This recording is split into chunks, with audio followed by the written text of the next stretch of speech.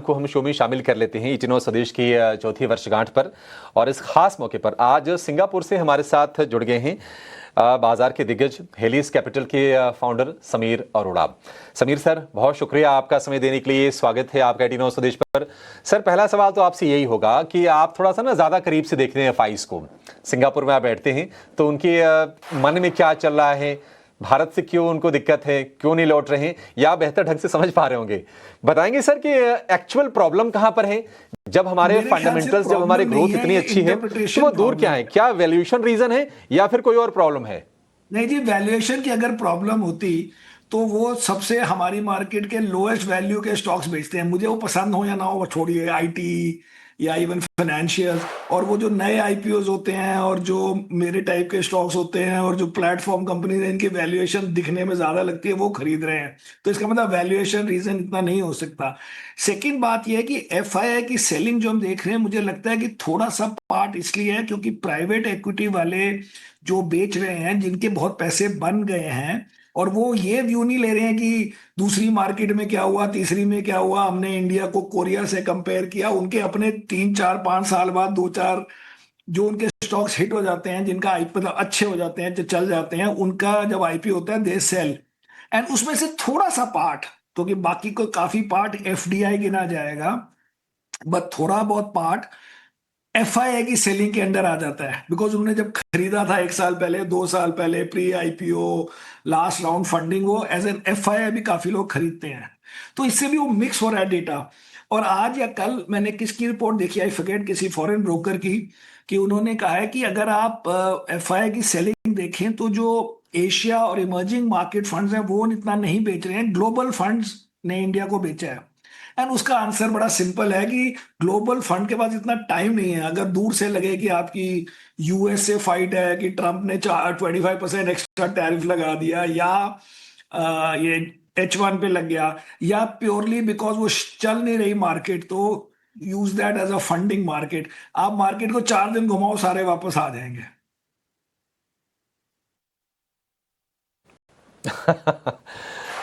ठीक है सर, उम्मीद करेंगे कि आ जाएं ये। एक और चीज है सर, हम तो कहते हैं कि मार्केट जो है डिस्काउंटिंग मशीन है, तमाम अच्छी चीजों को भी भाव में शामिल कर ही लेता है। अब ये जीएसटी को लेकर काफी शोर शराबा हुआ, काफी हो हल्ला मचा, लेकिन अगर हम निफ्टी के लेवल को देखेंगे तो 24,630 और अब 24,830, 200 पॉइंट रफली ऊपर दिखाई दे रहा है। तो आपको लगता है सर कि पूरी तरह से जीएसटी का इंपैक्ट प्राइस इन हो चुका है, या फिर अभी कुछ ऐसे पॉकेट्स हैं जहां पर आगे हम तेजी देखेंगे? क्योंकि हम देख रहे हैं कि एफएमसीजी, कंजम्पशन, ऑटो में ऊपरी स्तरों से रिवर्सल आने की शुरुआत तो हो गई है। पहली बात है कि जीएसटी कट बहुत बढ़िया चीज है। बिकॉज मेरा सिंपल रूल है कि कोई भी टैक्स कट बहुत अच्छी चीज है। कोई भी चीज जिसमें पब्लिक के पास पैसे ज्यादा हो पहले से, वो बेटर चीज है। फिर अब वो उस पैसे का करेंगे क्या, वो हमारी बेटिंग होती है, मीन मार्केट वालों की। तो उसमें क्या है कि अदर देन ऑटो सेक्टर, जिसमें बड़ा विजिबल पॉजिटिव इम्पैक्ट है, जिसमें कंपनियों ने डिस्काउंट भी दिए हैं, जो पहले भी दिए थे, कोई ज्यादा उन्होंने फजिंग नहीं करी है। बाकी सेक्टर्स में मुझे नहीं लगता कि आप कहेंगे कि इसलिए लोग ज्यादा टूथपेस्ट खरीदेंगे या सोप 3 बार नहाएंगे बिकॉज जीएसटी कट हो गया। तो वो पैसे बचने की बात है। और वो पैसे भी शायद ना बचे, बिकॉज हो सकता है कि ये सब कंपनियां आपको ज्यादा बिस्किट, ज्यादा ग्राम में ज्यादा वो दे दें, जिससे कि आपका थोड़ा यूज एक्स्ट्रा हो जाएगा। तो उसको मैं 1 to 1 कभी भी गिनने को तैयार नहीं था कि बिकॉज जीएसटी कट हो गया है तो वो बहुत ज्यादा वही एटलीस्ट कंज्यूमर स्टेपल में चीज खरीदी जाएगी। और अगर आप कंज्यूमर ड्यूरेबल में देखें, उसमें कंपटीशन बहुत ज्यादा हाई है। जैसे एसी फ्रिज में खाली चार, हमें दो इंडियन लिस्टेड कंपनी नजर आती हैं जितनी भी, लेकिन उसमें कोरियंस और वो जापानीज और चाइनीज और गॉड नोज व्हाट, और एवरी रिटेलर सब वही चीजें अपने आप करना चाहते हैं। तो इसको खाली इस नजर से देखें कि फायदा ये हुआ है कि कई रिफॉर्म, जिसमें रिफॉर्म कह लें या टैक्स कट कह लें, कुछ भी कह लें, एंड वो सारे मिलकर ये चीजें अगर हमें मिल गई, जो मिल रही हैं आजकल थोड़ी थोड़ी, वो परमानेंट आपका गेन हो गया। और अगर एफआई की सेलिंग या यूएस के टैरिफ का जो इशू है वो अगर टेम्पररी हुआ, तो 3 4 महीने बाद वो टेम्पररी इश्यूज तो चले गए। और ये चीजें जो हमें मिलने में 2 साल निकल जाते हैं या बिल्कुल ही नहीं देती सरकार, वो सब आपको इसी दौरान मिल गई है या मिल जाएगी। समीर सर, आप तो एक बार अपना जरा व्यक्तिगत बताइए कि बाजार में आपको ठीक क्या लग रहा है, क्योंकि हम ऐसा तो नहीं कि पूरा का पूरा बाजार या खराब हो जाए या फिर अच्छा होगा। सर्टेन पॉकेट्स हमेशा कुछ अच्छे रहते हैं। और ये भी बताइए कि जो आपकी बातचीत होती होगी एफआई से, हेज फंड से, दिग्गज फंड मैनेजर से, वो इंडिया में कहां पर अपॉर्चुनिटी इस वक्त खोज रहे हैं? तो बिफोर दैट, इस समय अगर मैं देखूं कि क्यों मार्केट हमारी ज्यादा आइडेंटिफाई हो गई एज बीइंग खराब, तो वो इसीलिए मुझे लगता है कि यूएस का जो two negatives back to back हुए, एक तो जो 25% एक्स्ट्रा टैरिफ लगा, वो ऑब्वियसली नेगेटिव है। आप कोई बोल सकते हैं, हम भी बोलते हैं कि उसका लिस्टेड कंपनियों पे इतना फर्क नहीं है, उसका एम्प्लॉयमेंट में फर्क है, लेकिन बिकॉज वो छोटे बिजनेस हैं in terms of jewellery and carpet and shrimp export and may be even textile, उसमें बड़े लोगों की जॉब्स कनेक्टेड है, but in terms of GDP impact बड़ा कम है, बट स्टिल टॉप डाउन में वो बुरा लगता है। और सेकंड था वो आईटी का भी, चलो आईटी स्लो डाउन तो सब एक्सेप्ट कर रहे थे, लेकिन लगता है कि H1 का टारगेटेड था पहले राउंड में। तो हमें पहले ये, हमारी सबकी बेट, ये तो मार्केट वालों की भी है, कि जो 25% एक्स्ट्रा टैरिफ है वो plus minus a few months हट जाएगा। और उसके अगर आप न्यू पॉजिटिव्स देखें, मतलब न्यू एविडेंस देखें, मुझे लगता है कि वो उस तरफ जा रहा है।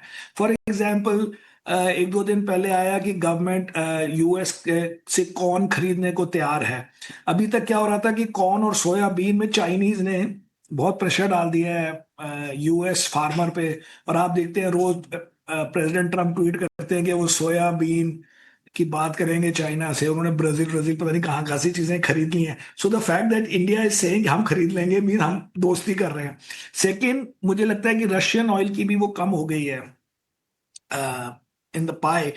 एंड आई थिंक एक हफ्ता पहले या ओनली वेरी रिसेंटली, 4-5 दिन पहले, मिस्टर गोयल ने कहा कि we will have to diversify our sources of oil and energy and also, basically means कि यूएस से खरीदेंगे।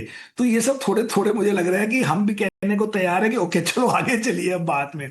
तो अगर ये हो गया तो that will be a big positive. In terms of stocks, हमारा बेसिक अभी तक स्टैंड रहा है कि हमें कंज्यूमर स्टेपल्स वगैरह नहीं पसंद, हमें कंज्यूमर के ये फास्ट ग्रोइंग कंपनीज पसंद हैं, और ये एक्सपीरियंस वाली पसंद है, जैसे होटल एयरलाइंस वगैरह। और नहीं तो हमारे पुरानी प्लेटफॉर्म कंपनीज। एंड फाइनेंशियल में हमें सब कुछ पसंद है, और आईटी में हमें नियरली जीरो पसंद है। और हम्म। अदरवाइज हॉस्पिटल्स वगैरह हैं वो पुराने। बट हमारा अब एक आपको फायदा ये है कि आप, क्योंकि हमारा म्यूचुअल फंड भी इंडिया में है, तो आप अपने आप पूरा पोर्टफोलियो देख सकते हैं जिस फंड का देखना हो। हम बात नहीं कर रहे, लेकिन आप सब देखो और अपने आप इवेल्युएट कर लें कि अच्छा क्या है, गंदा क्या है आपके हिसाब से। हाँ हाँ।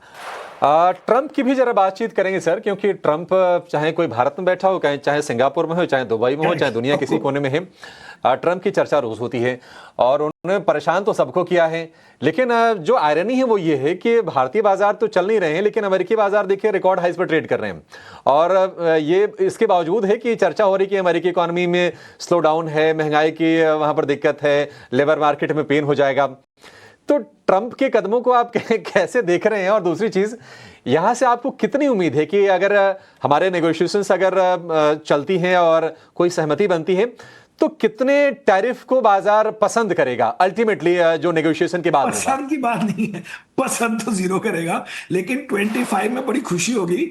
बिकॉज अल्टीमेटली अब ये देख लिया कि बाकी सब कंट्रीज के भी 18-20 हैं, खाली ये यूरोप वगैरह के 15 हैं और जापान के, लेकिन वो हमारे प्रोडक्ट्स उनसे मैच नहीं होते।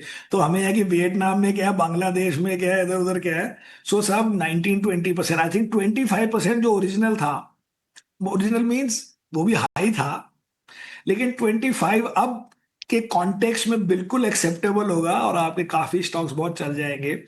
ये एडिशनल 25 जो है वो टारगेटेड लगता है। वो लगता है कि आपने रशियन ऑयल खरीदा, आपको लेसन दे रही है, तो इसलिए वो beyond a normal tariff negotiation लगता है, वो थोड़ा पर्सनल लगता है।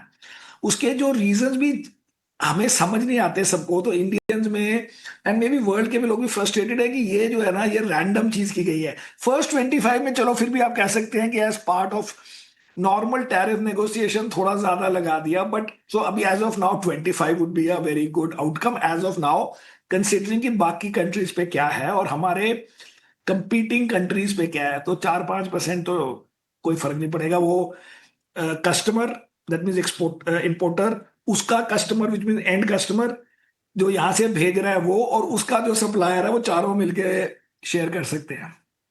सो 25 में आप खुश हो जाइए। और यूएस मार्केट जो चल रही है, वही रीजन है कि कोरिया ताइवान वगैरह चल रहे हैं, विच इज बिकॉज अभी वर्ल्ड का जो इन्वेस्टिंग, चाहे वो आप बबल कहें ना कहें, वो चल रहा है एआई ट्रेड्स पर। और इंडिया में एआई के वो नहीं है, एआई रिलेटेड कंपनीज नहीं है। तो इसलिए कोरिया जो जैसे इमर्जिंग मार्केट फंड है या एशियन फंड है, अब वो यूएस स्टॉक्स नहीं खरीद सकता, बिकॉज यूएस स्टॉक तो यूएस फंड या ग्लोबल फंड खरीदेगा। तो वो उसके रिलेटेड स्टॉक ले रहे हैं कोरिया ताइवान में, एंड इसलिए कोरिया ताइवान बहुत चला है। अब इंडिया का है कि एंटी एआई ट्रेड जब होगा, एक जिस दिन एआई से लोग तंग आ जाएंगे, या वैसे ही डाइवर्सिफिकेशन, या जनरली जो लोग इतना ओवर वो नहीं खेलते, वो भी बड़ा क्राउड होता है। सो इसलिए मुझे लगता है ओवरऑल ठीक है। और एक तीसरी जगह से अगर आप देखें, तो फेब्रुवरी एंड से एफआई की नेट सेलिंग कोई बहुत ज्यादा नहीं है। वो इस एक आध महीने में ज्यादा हो गई because of this Trump related thing, but उसको तो as of now you have to assume कि वो टेम्पररी है, द एक्स्ट्रा 25%। ठीक है, 25% वो टेम्पररी जरूर है सर, लेकिन अगर आप कह रहे हैं कि 25% ठीक है, फिर तो ट्रंप की वाली ही बात हो गई कि ट्रंप जो करना चाहते थे वो हो गया अल्टीमेटली। वो तो हो रहा है, और ये उसमें कुछ एक नहीं कर टफ सकते आप। नेगोशिएटर हैं, और इस चीज के लिए हाँ, मैं जरूर उनका मुरीद हूं। नो नो, हाँ एक्चुअली सर। मैं उनको बड़ा पसंद करता था जब तक उन्होंने इंडिया को टारगेट नहीं किया अलग से। इंडिया को अलग टारगेट करने से जरा मूड खराब हो गया, वरना what he was doing is right. 10-15% tariff होना चाहिए यूएस के लिए, बिकॉज इतना भी आप कार्व आउट नहीं कर सकते यूएस को। तो सारे वर्ल्ड को एक्सेप्ट ही करना था। 10 कह रहे, अब सोच रहे थे, फिर 15 हो गया। अब इस समय वो नहीं सोच रहे, हम सोच रहे हैं कि चलो बचे कैसे ये एक्स्ट्रा 25 से अभी के लिए। So that way you are right, he has his, I think वो पहला पार्ट लॉजिकल था, लेकिन वो फिर ओवर डू हो गया। हाँ नहीं, अब तो वही है कि 25% हट जाए, उसी पर हम खुश हो जाएंगे। हम तो खुश हो एक जाएंगे, और हम तो छोटी एरिया है छोटी चीजों सर से खुश हो कमोडिटीज जाते हैं। का। आप चूंकि विंटर सीजन, हाँ, एक और एरिया पर आपसे सर व्यू जानना चाहेंगे कमोडिटीज को लेकर। थोड़े सिक्लिकल इन नेचर होते हैं, विंटर सीजन की शुरुआत हो रही है, और हम देख रहे हैं कि थोड़ा मेटल में थोड़ी बाइंग हो रही है, ऑयल एंड गैस भी हल्की फुल्की सी बाइंग हो रही है।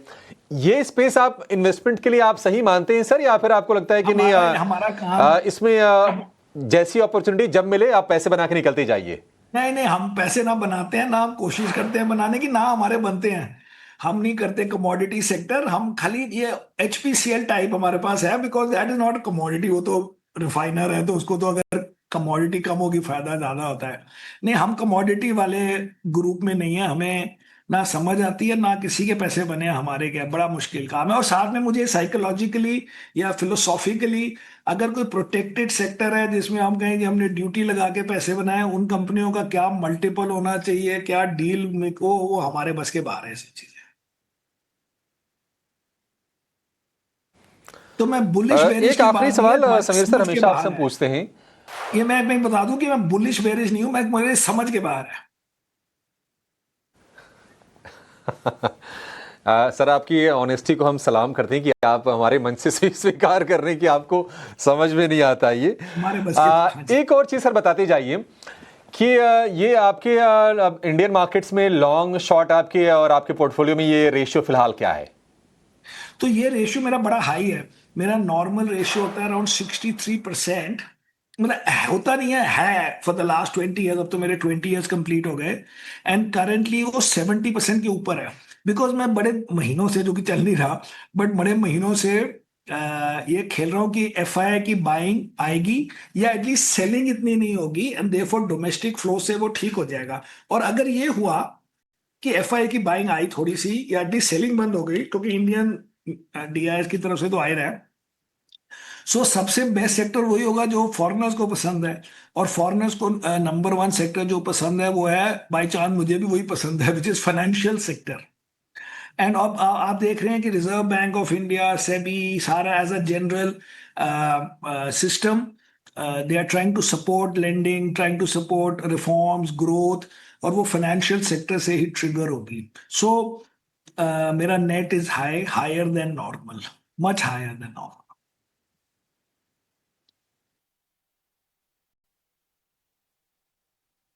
समीर सर, बहुत शुक्रिया आपका समय देने के लिए। हमारी चौथी सालगिरह के मौके पर आप जुड़े और समय समय पर आपका प्यार हमें लगातार मिलता रहता है आपके इंटरव्यूज़ के फॉर्म में। Thank you so much sir, आज फिर से हमें समय देने के लिए और हमारे दर्शकों का मार्गदर्शन करने के लिए। चलिए आगे बढ़ते हैं और